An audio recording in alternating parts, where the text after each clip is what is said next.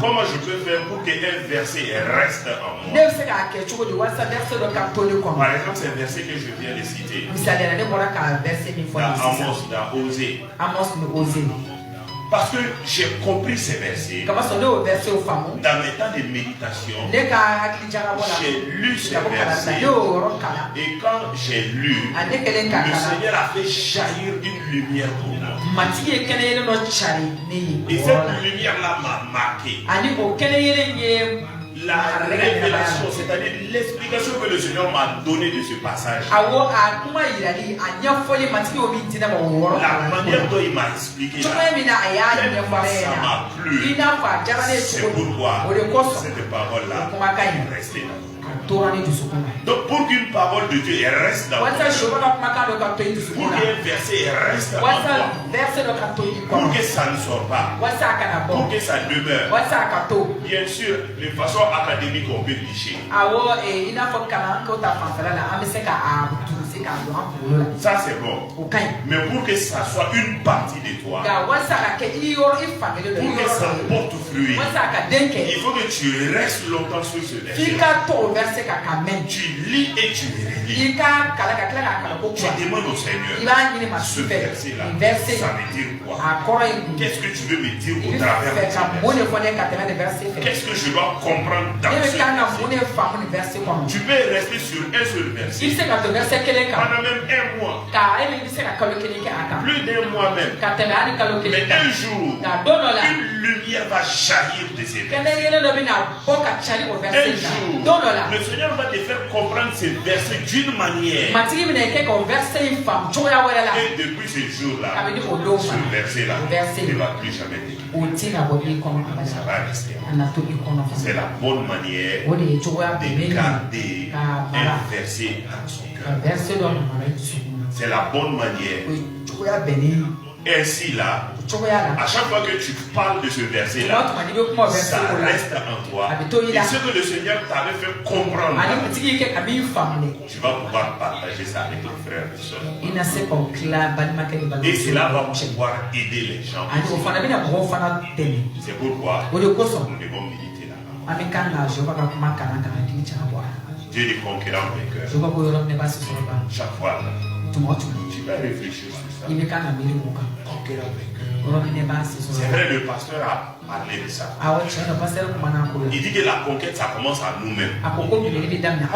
Il a donné des exemples, des domaines. C'est jusque-là. La conquête, c'est quoi pour moi?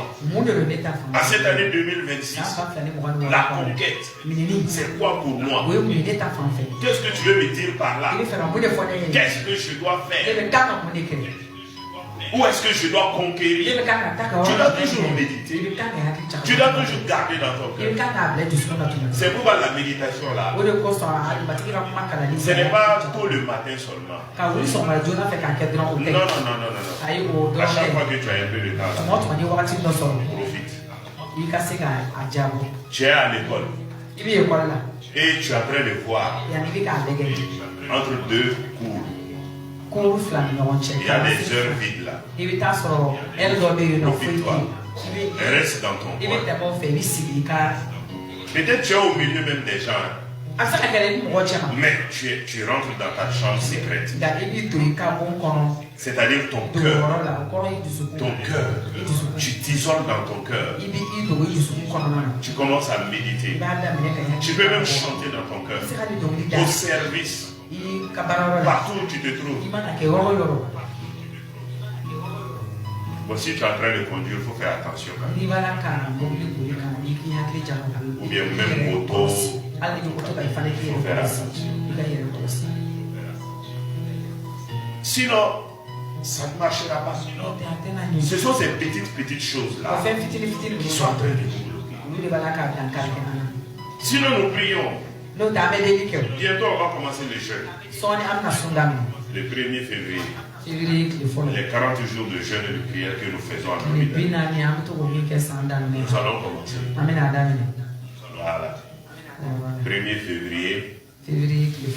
Je pense jusqu'au 12 mars.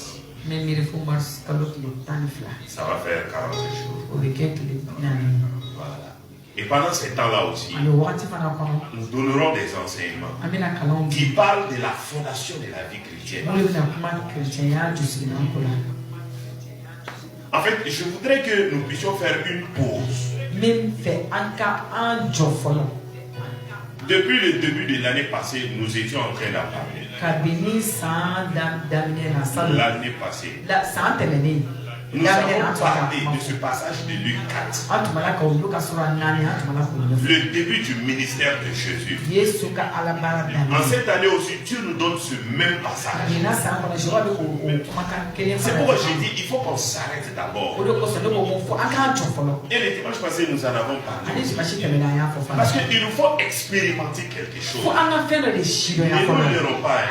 Tu peux être chrétien des années et des années.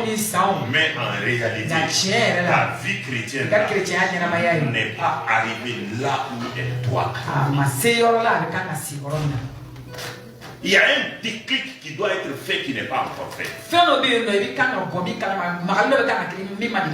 Pourquoi je dis ça?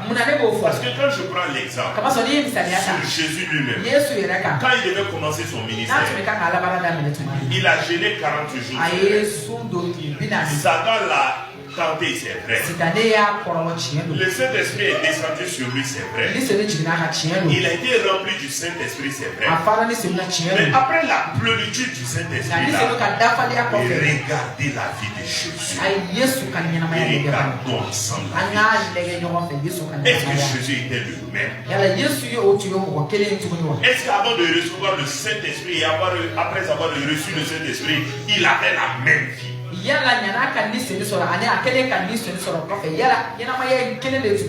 qu'il avait les mêmes comportements? Est-ce qu'il avait les mêmes attitudes? Est-ce qu'il faisait les mêmes choses? Même ceux qui l'entouraient ont témoigné que ce jeune homme-là, sa vie a changé. Et quand il a commencé à parler, après avoir reçu le Saint-Esprit, il dit non, il y avait des miracles. Quand il parlait là, on savait que quelqu'un a parlé. Quand il parlait là, il y a des choses impossibles qui étaient possibles. Quand il parlait là, les malades étaient guéris. Quand il parlait là, il révélait les mystères du royaume. Et quand il enseignait là, non, tout le monde comprenait. Et quand il prêchait, même les gens rejetés de la société, tous trouvaient leur compte dedans.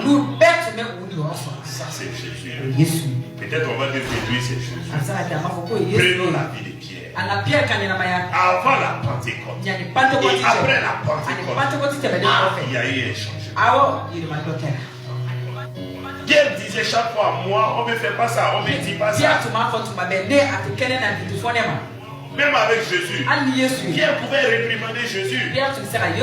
Mais depuis que Pierre a reçu le Saint-Esprit, quelques jours avant, Pierre avait régné Jésus. Mais après avoir reçu le Saint-Esprit, devant les mêmes personnes, Pierre vient s'arrêter. Il dit, c'est Jésus que vous avez crucifié là.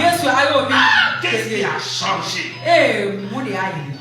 Qu'est-ce qui a changé en Pierre?